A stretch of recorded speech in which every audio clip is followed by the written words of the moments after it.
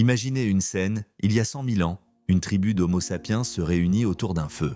L'un d'eux, un habile conteur, raconte une histoire sur un esprit mystérieux qui hante la vallée voisine. Tout le monde écoute, captivé, mais voilà, cette histoire est un mensonge. Pourquoi l'a-t-il inventée? Mentir, c'est tricher, c'est tromper les autres. Pourtant, c'est une capacité que nous avons tous développée et qui nous a peut-être sauvés de l'extinction. Le mensonge n'est pas qu'une faiblesse morale, c'est un outil, une arme cognitive. Et il ne vient pas de nulle part. Il a évolué, comme nos cerveaux, comme nos sociétés. Mais pourquoi? Les autres animaux mentent aussi.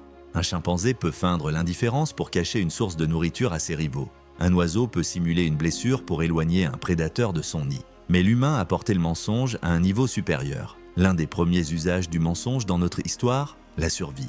Il y a des milliers d'années, savoir cacher ses intentions pouvait faire la différence entre la vie et la mort. Imaginez deux tribus rivales convoitant la même source d'eau. Si l'une ment sur ses plans, elle peut prendre l'avantage sans combat. Le mensonge, c'est aussi une monnaie d'échange social. Dans une tribu préhistorique, celui qui enjolive ses exploits de chasse peut grimper dans la hiérarchie, attirer des alliés et même séduire plus facilement. L'évolution ne récompense pas toujours la vérité brute, mais l'intelligence stratégique. Et puis, il y a un autre niveau du mensonge, l'auto-illusion.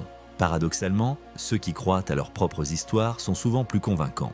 Un chef de tribu persuadé d'être un élu des dieux inspire la confiance. Ses partisans le suivent, même au bord du gouffre. Nous nous mentons à nous-mêmes pour surmonter nos peurs, pour nous motiver, pour donner du sens au chaos du monde. Sans cette capacité, serions-nous capables d'imaginer un avenir meilleur, de créer des civilisations? C'est le paradoxe fascinant du mensonge.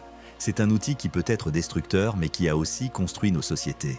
Aujourd'hui encore, nous vivons dans un monde de récits, de croyances, de demi-vérités. La publicité, la politique, les réseaux sociaux, tous utilisent le mensonge, parfois pour manipuler, parfois pour unir. Alors, la prochaine fois que vous entendez une histoire un peu trop belle pour être vraie, demandez-vous, ce mensonge cache-t-il une vérité plus profonde? Et si nous étions programmés, depuis la nuit des temps, pour croire aux illusions qui nous font avancer? Qu'en pensez-vous? Est-ce que le mensonge est une faille humaine ou une superpuissance de l'évolution?